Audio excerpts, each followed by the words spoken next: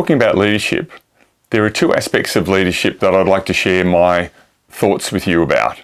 The first aspect of leadership is authentic leadership, which talks about how we go about our leadership and how we present as leaders.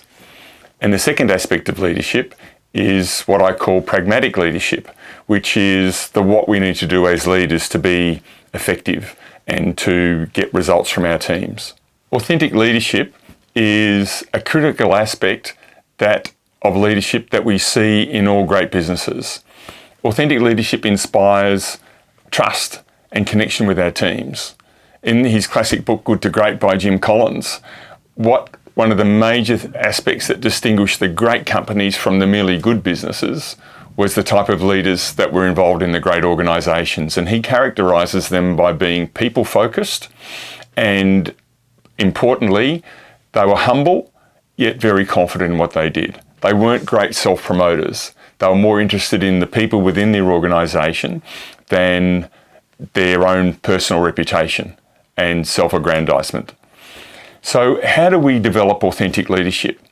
My acronym for authentic leadership, as a way of remembering the different components and what they mean, is BEST.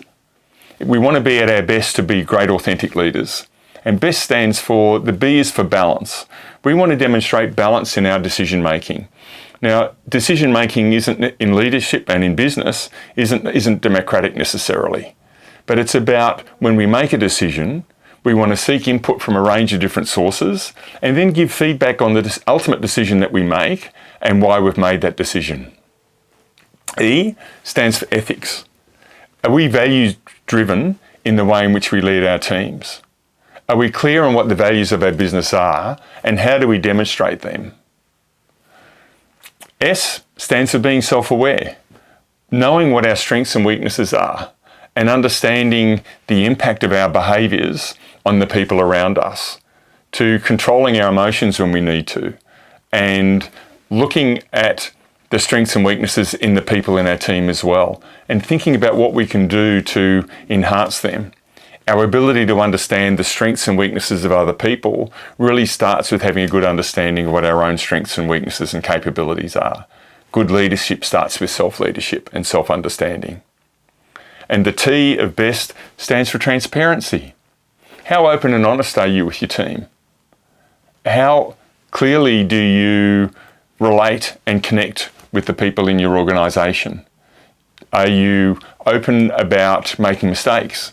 Are you open about things that you're unsure about in terms of your decision making? Do you acknowledge good performance? Are you open and honest about poor performance? All of these are being transparent, where we share our plans, we share our motivations, we engage people in the process, and we bring our authentic selves into business. By bringing our authentic selves, we open ourselves for greater trust. Because in order to trust someone, we need to know who they are. We need to have a sense of reliability in how they're going to behave. We need to be clear on what their motivations are. And we want to see consistency in what they do. So authentic leadership is the basis of inspiring trust and performance within our organisation. So I'm challenging you to be at your best.